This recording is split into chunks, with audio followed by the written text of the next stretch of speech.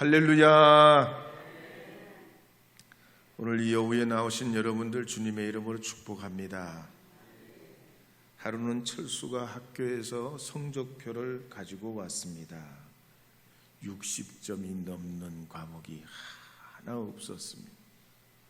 엄마가 잔소리가 시작됩니다. 그러니까 이 학생이 변명을 합니다. 엄마, 이번 시험이 얼마나 어려웠는지 아십니까? 불시험이에요, 불시험. 다른 애들도 다 비슷해요. 완전 미친 시험이었어요. 무슨 소리야? 니네 반 영미는 영어 수학 다 100점이야. 진수는 수학 하나만 틀리고 엄마들이 이미 다 알고 있어. 무슨 소리야? 예? 아니, 영미나 진수는 달라요. 뭐가 달라? 걔들 엄마 아빠가 얼마나 똑똑한데요. 얼마나 똑똑한데요. 그래서 참 OECD 국가 중에서 우리나라 청소년들 자살률이 1등이잖아요. 별로 행복하지 않다는 겁니다. 학교에 학원에 공부 압박으로 힘들어합니다. 부모님은 내가 이루지 못한 꿈 네가 이뤄야 된다, 뭐 이런 식으로 정말 스트레스가 이만저만 아닙니다. 그러나 여러분은 하나님이 양육하심을 믿으시기 바랍니다. 여러분 그렇지 않아요? 우리 연말하신 분들은 아시잖아요. 내가 붙들고 어떻게 한다고 되는 게 아니잖아요. 하나님이 해주셔야 돼요. 하나님이 이루어 주시고 하나님이 키워 주셔야 하는 줄 믿으시기 바랍니다. 우리 복음성가 나의 기도하는 것보다 불러보겠습니다. 나의 기도하는 것보다.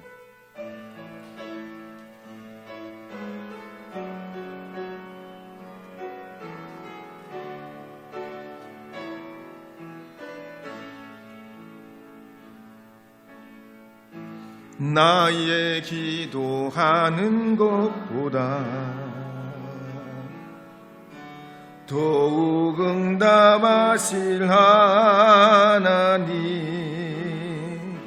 나의 생각하는 것보다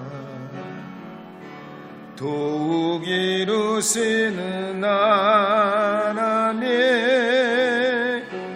우리 가운데 역사하실 능력대로 우리들의 강구함을 넘치도록 능행하실 주님께 모든 영광과 존귀 찬양과 경배를 돌릴지어다. 모든 영광과 존귀 찬양과 경배를 돌릴지어다.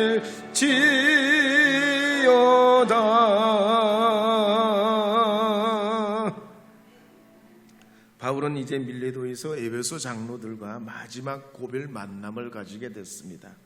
그러면서 지난 3년 동안 모든 눈물과 겸손과 또 인내로 주님의 말씀을 가지고 증거하면서 이제 앞으로 성령의 이끄신 가운데 매여 예루살렘으로 가게 됐다. 그러면서 교회와 목회에 대한 몇 가지 권면을 하고 있습니다.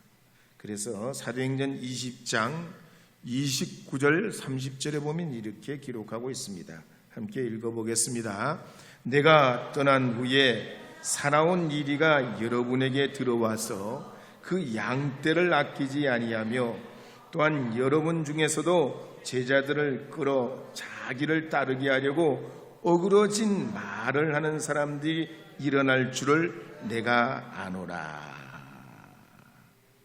장차 이 에베소 교회가 두 가지 어려움에 봉착하게 된다는 겁니다.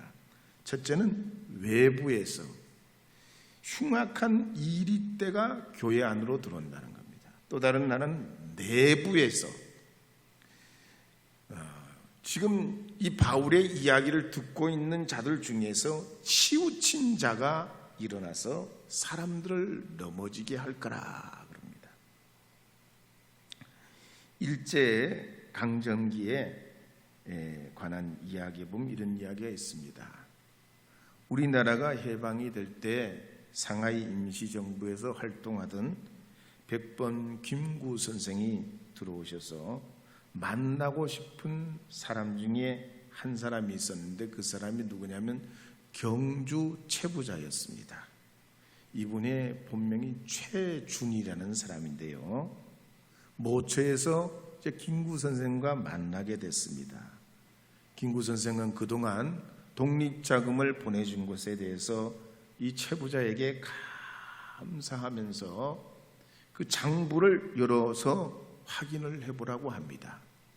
그랬더니 이 경주 최부자가 눈이 희둥그레집니다. 왜냐하면 자기가 보낸 그 독립자금하고 임시정부에서 받은 그 독립자금의 돈이 한 푼도 오차가 없는 겁니다. 그래서 이 일을 누가 중간에서 했냐 이거예요.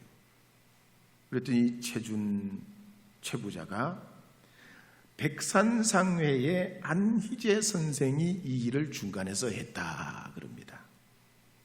이 백산상회 안희재 선생은 부유한 양반집에서 자라났습니다.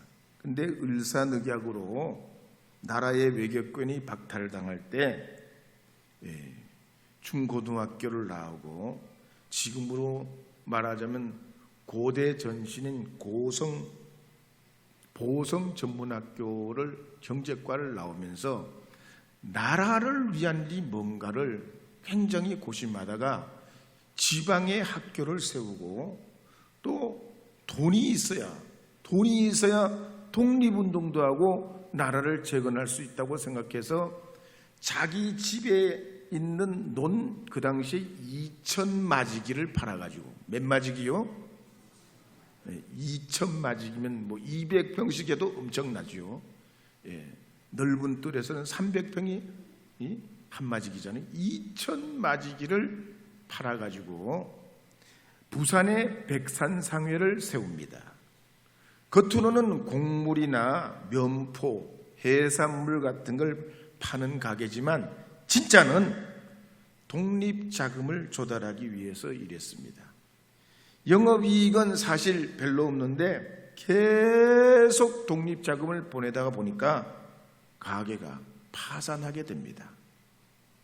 그렇지만 이 안희재 선생은 부산에 있는 기업가들을 중심으로 부산 예월회를 만들고 부산 청년회를 결성해가지고 우수한 청년들은 해외로 유학을 보내고 또 수시로 만주와 중국을 오가면서 독립자금을 전달하게 됩니다. 그러면서 만주에 발해 농장을 개척해가지고 300가구가 정착할 수 있도록 도와주고 아이들이 공부할 수 있게 합니다. 그런데 일제 탄압이 계속되면서 결국 붙들려 들어가 고문당하고 해방 직전에는 제수복 한 벌 남기고 세상을 떠나게 됩니다. 그런데 똑같은 시대에 이분과 정반대의 삶을 산 사람이 있습니다. 그 사람이 누구냐면 김갑순이라는 사람입니다. 이분은 일찍이 아버지 또 형이 세상을 떠나가지고 13살의 호주가 됐어요.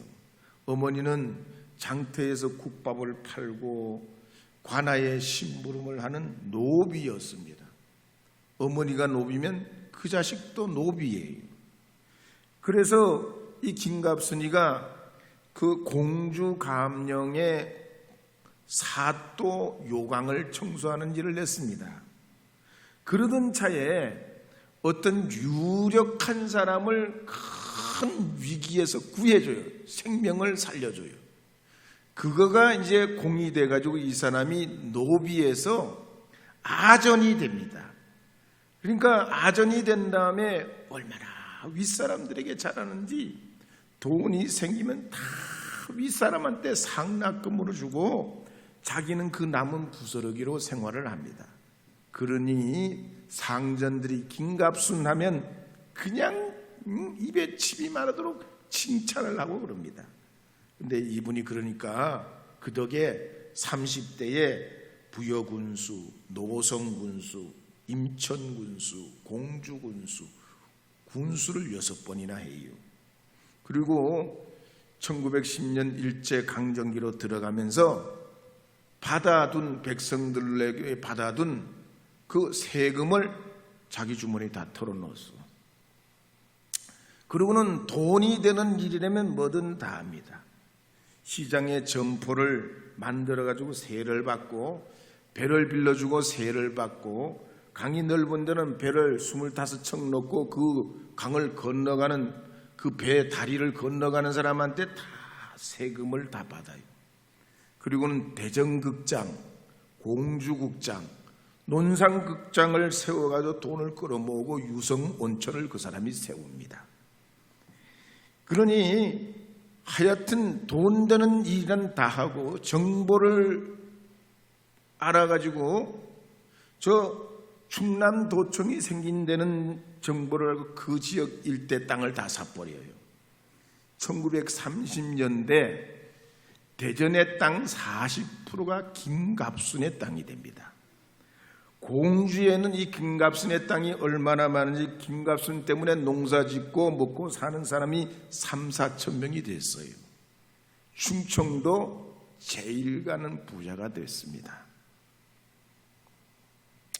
처첩이 10명이 넘고 자녀들도 돈이 많으니까 유력한 집안과 결혼시켜가지고 다 재력가고 대한민국에서 내노라 하는 집안이 되면서 총독부에 잘 협력해가지고 그 당시에 중추원 우리로 말하면 요즘 말하면 장관급의 그런 벼슬을 9년이나 하고 그러다가 애국자들이 생기면 다 밀고를 해버려요.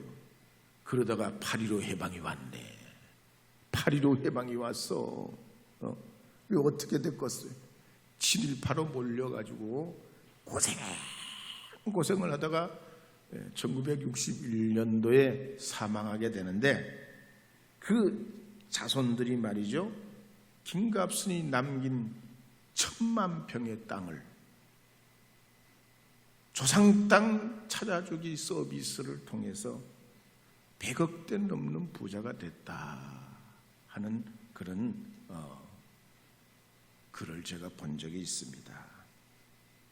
여러분, 오늘 에베소 교회도 그랬습니다. 양의 가죽을 쓴 이리가 교회를 어지럽게 합니다. 자기는 드러내지 않고 천사의 모습을 가장해서 사람의 영혼을 훔치려는 이가 있었단 얘기입니다. 교회를 분열시키고 진리에 트인 이 교회를 쑥대밭으로 만들고 에베소 교회를 그렇게 완전 풍비박산을 내가지고 지금 우리가 성지순례로 초대교회로 가면 에베소계 일대 소아시아 지역 교회는 전부 합니다. 교회 터만 있지 교회는 없습니다.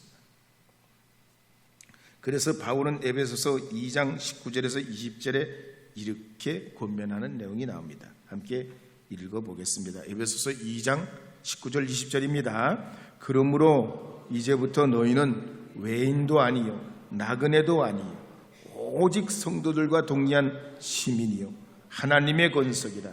너희는 사도들과 선지자들의 터 위에 세우심을 입은 자라. 그리스도 예수께서 친히 모퉁이 돌이 되셨느니라. 바울이 강조한 게 뭐예요? 성도로서, 믿음의 자녀로서, 하나님의 사역자로서 자의식을 가지라는 얘기입니다. 긍지를 가지라는 얘기예요. 악한 사탄 마귀에 끌려다니지 말고 자기 인생을 사는 자가 되라고 합니다. 미국의 31대 대통령 루즈벨트는 자라면서 몸이 너무 약했습니다. 소아마비에 전식에 촛불도 끌 힘이 없다고 그랬습니다. 근데 아버지가 자꾸 옆에서 이 아들을 격려합니다. 야, 너희 장녀는 장애도 아니야. 소아마비 상관없어. 소아마비라도 알 수 있는 일이 너무 많아. 믿음만 가지면 돼. 믿음 가지면 일어날 수 있어. 믿음 가지면 성공할 수 있어. 하나님이 너를 큰 사람 되게 하실 거야. 그러니까 이 루즈벨트가 건강한 자의식을 가지고 23살에는 뉴욕주 의원이 되고 41살 때는 뉴욕 주지사가 되고 44살에는 검찰총장이 되고 48살에는 노벨 평화상을 받고 또 51살에는 부통령을 거쳐가지고 32대 미국 대통령이 됩니다. 나라가 어려울 때 뉴딜 정책을 펴가지고 대공황을 이겨내고 저 히로시마 나가사키에는 원자폭탄을 떨어뜨려가지고 2차 세계대전의 주범인 일본을 패망시켜가지고 승리하면서 4번이나 대통령을 연임하게 됩니다. 악한 사탄 마귀는요, 자꾸 약하다, 안 된다, 너 못났다, 건강하지 않는다, 넌 참 부족하다, 넌 흠이 많다, 자꾸 우리 자신을 학대하고 하찮게 여기게 하고 볼품먹게 생각하게 하고 우리가 쪼그라들게 만듭니다. 우리나라 선교 초기에 선교사들이 다 모였습니다. 왜 모였냐? 이 한국 선교를 위해서는 교단이 여러 개가 되면 안 되고 하나가 돼야 된다는 거예요. 그래서 교단이 하나가 되기 위해서 출발을 하려고 그러는데 누가 방해합니까? 일본 총독부에서 방해를 합니다. 왜 방해를 해요? 여러 개가 돼야 요리하기가 좋지. 하나가 되면 이 힘이 생기면 총독부에서도 이 기독교를 함부로 못하게 돼. 그러니까 어떻게든 못하게 방해하고 막고 결국 그래서 우리 기독교가 선교사들이 이 대한민국에 선교할 때 하나된 교단으로 출발하려는데 결국 깨져버립니다. 그리고 계속해서 여러 번 몇 번 기회가 있는데 뭐냐면 해방을 맞으면서 사상 문제로 신사참배 문제로 막 이게 어려워. 여전히 사실 솔직히 말하면 우리나라 정부에서도 기독교가 하나 되는 걸 원치 않아요. 가톨릭 하나만으로도 그냥 됐다는 거예요. 기독교까지 하나가, 개신교까지 하나가 되면 정치적으로 요리 못합니다. 그러니까 원치 않아요. 이렇듯 말이죠. 우리가 믿음으로 살아가려면 신앙적이든 정치적이든 사회적이든 여러 측면으로 어려움이 많아요. 그래서 사도행전 20장 31절 32절에 보면 이렇게 기록합니다. 함께 읽어보겠습니다. 그러므로 여러분이 일깨어 내가 3년이나 밤낮 쉬지 않고 눈물로 각 사람을 훈계하였던 것을 기억하라. 지금 내가 여러분을 주와 및 그 은혜의 말씀에 부탁하노니 그 말씀이 여러분을 능히 든든하게 세우사 거룩하게 하심을 입은 모든 자 가운데 기업이 되게 하시리라. 바울이 얼마나 똑똑한 사람인데 여러분도 알다시피 헬라어, 히브리어, 고대 라틴어에 능통한 사람, 성경에 바울처럼 박식한 사람이 없어요. 성경을 바울이 쓴 13권을 다 여러분 보세요. 얼마나 논리정리하고 얼마나 깊고, 지금 우리가 현대사회를 살고 배웠다는 사람도 신학을 한 사람도 바울이 쓴 서신을 읽으면 어려워가지고 10번 읽고 20번 읽고 30번 읽고 50번 100번을 읽어야 때로는 이해가 될 정도로 논리가 굉장히 치밀합니다. 이런 바울이 말이죠. 뭐가 모자라가지고 이 말이죠. 에베소 교인들뿐만 아니라 성도들을 설득을 못하겠습니까? 그런데 오늘 이 31절에 보면 밤낮 쉬지 않고 눈물로 훈계했다는 거예요. 복음의 열매가 맺기까지는 얼마나 많은 변수가 있는지, 악한 사탄 마귀뿐만 아니라 정치, 사회 여러 면에서 이거는 사람이 제어할 수 없는 한 사람이 예수 믿어 구원 얻는 믿음의 열매를 맺기까지는 사람의 노력으로는 도저히 한계 불가이기 때문에 눈물로 3년을 주님 앞에 그 에베소 교회를 세우기 위해서 간구하고 기도하고 또 기도하고 또 기도하고 또 기도하고 또 부르짖어 기도하고 또 부르짖어 기도하고 또 부르짖어 기도해도 답이 없더란 얘기예요. 답이 없어. 그러니 바울이 뭐라고 합니까? 여러분에게도 이제 부탁한다는 거야. 자기 기술, 자기 능력으로 교회를 세워가려면 안 된다는 거예요. 그러니까 하나님의 말씀 가운데 하나님의 말씀이 그들을 세우게 하고 거룩하게 하고 하나님의 기업되도록 만드니 주의 말씀으로 어떻게 되는지 눈물로 고면하며 세워가라는 거예요. 그러면서 이제 사도행전 20장 33절, 34절, 35절에 보면 이렇게 권면하는 내용이 나옵니다. 함께 읽어보겠습니다.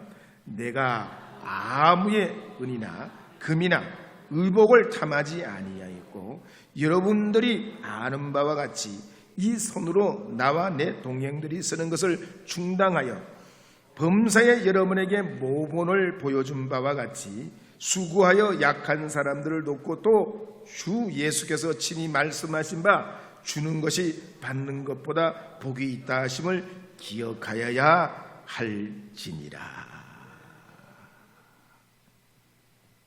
세계적인 리더십 전문가인 존 맥스웰이 리더십 불변이라는 책에서 이런 말을 합니다. 리더의 역량만큼 성패가 결정된다. 한번 더. 리더의 역량만큼 성패가 결정된다. 그러니 리더의 역량이 낮으면 낮을수록 성공의 잠재력은 낮은 것이고 리더의 역량이 높으면 높을수록 그 성공의 역량은 굉장히 높아져 간다는 얘기예요. 가령 딕 모리스 형제 이야기에 보면 이런 이야기가 나옵니다. 이 사람들은 고등학교를 졸업하고 헐리우드 영화 스튜디오에 들어가서 일을 해요. 그러니까 하다가 보니까 시원찮아. 잘한데 수입이 없어. 결국 그걸 때려치고 식당을 엽니다. 식당이 인기가 많아요. 예? 사업이 대박이 납니다. 먹고 사는데 어려움이 없어. 이 두 형제는 식당 때문에 먹고 사는데 문제가 없습니다. 근데 이 두 사람 딕 형제는 거기까지요. 근데 맥도날드 형제는 그렇지 않았죠. 맥도날드는 1952년에 프랜차이즈 사업을 합니다. 처음엔 순조롭지 않았어요. 어려워요. 그런데 어떡합니까? 두 형제가 해결 안 되니까 어떻게? 먹고서 저 맥도날드 형제도 딕 형제 이상으로 돈을 벌었지만 그 이상은 안 되는 거예요. 그러니까 이 맥도날드 형제가 어떡합니까? 레이 크록이라는 사람을 영입해요. 경영권을 맡겨요. 그리고는 이 경영을 전문적으로 하도록 그 사람에게 충고를 듣고 운영해 나갑니다. 그런데 이 참 레이 크록이라는 사람이 얼마나 유능한지 얼마나 열심히 일하는지 8년 동안 월급을 하나도 안 받아요. 이야, 월급 안 받고 일할 사람이 있어요? 레이 크록은 월급 안 받고 일하는 거야. 왜? 맥도날드 형제의 비전이 너무 좋거든. 너무 좋아. 이 사람들이 추구하는 이 경영 방침이 너무 좋은 거야. 같이 헌신하는 거야. 같이 키워보자는 거야. 같이 일해보자는 거야. 그래가지고 이 레이 크록이 그 기여하면서 4년 만에 100개 식당을 엽니다. 또 다시 그 다음 4년 만에 500개 식당을 열게, 맥도날드 매장을 열게 되고, 그 다음 지금은 전 세계 120여 개국에 3만 7천 개 매장이 있고 매일 6,900만 명이 맥도날드를 이용하는 세계 1등 가는 패스트푸드점이 됐습니다. 여러분, 역량만큼 크는 거예요. 역량만큼 커요. 여러분 가문과 가정을 여러분께서 더 위대하게 훌륭하게 키워가려면 여러분이 더 큰 그릇이 되게 해달라고 기도해야 됩니다. 여러분 자녀 우선들을 통해서 위대한 인물이 나타나려면 여러분이 주님의 말씀에 깊이 깊이 뿌려내려서 하늘과 땅을 지으신 하나님, 천지 만물을 통치하시는 하나님, 그 큰 은혜의 그릇에 영향력을 받고 은혜를 받고 하나님의 그 사랑을 잊고 죽어도 사는 십자가의 그 은혜가 우리 마음의 동력이 되어서 우리 삶을 움직이게 되면 여러분의 삶과 여러분의 미래는 하나님의 축복과 은혜 중에 나아가게 될 줄로 믿습니다. 그러게 이 바울도 말이죠, 물질을 탐하지 않고 은이나 금이나 옷을 탐하지 않고 자비량 선교를 합니다. 약한 자를 우선으로 도와주며 주는 자가 복되다는 주님의 말씀을 실천합니다. 오늘 이 오후에 나오신 여러분, 여러분도 이와 같이 유익을 끼치시는 분이 되기를 바랍니다. 받는 사람이 아니라 주는 믿음의 사람이 되기를 바랍니다. 큰 그릇 되시기를 바랍니다. 계룡씨를 담고도 남는 대한민국과 온 인류를 하나님 앞에 이끌어가는 믿음의 축복의 자녀 후손들이 여러분을 통해서, 가문을 통해서 나타나기를 주님의 이름으로 축원합니다. 이를 위해서 우리 주님 부르신 줄로 믿고 여러분 더 믿음으로 하나님 앞에 가까이 나가셔서 주의 은혜를 이루어가는 믿음의 사람 되시기를 주의 이름으로 축복합니다. 나의 기도하는 것보다 한 번 더 부르겠습니다.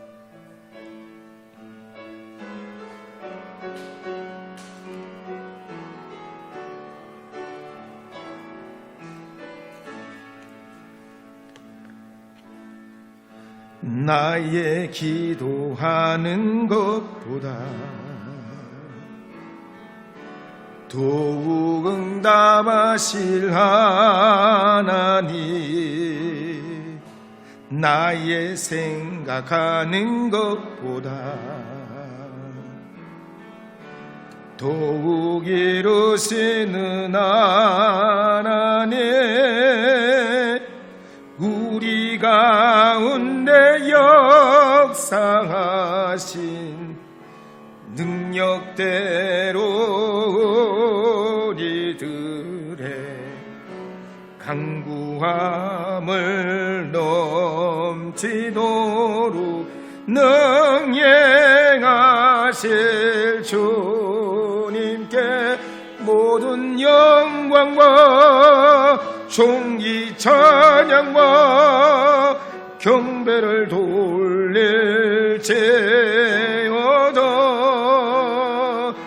모든 영광과 존귀 찬양과 경배를 돌릴지어다.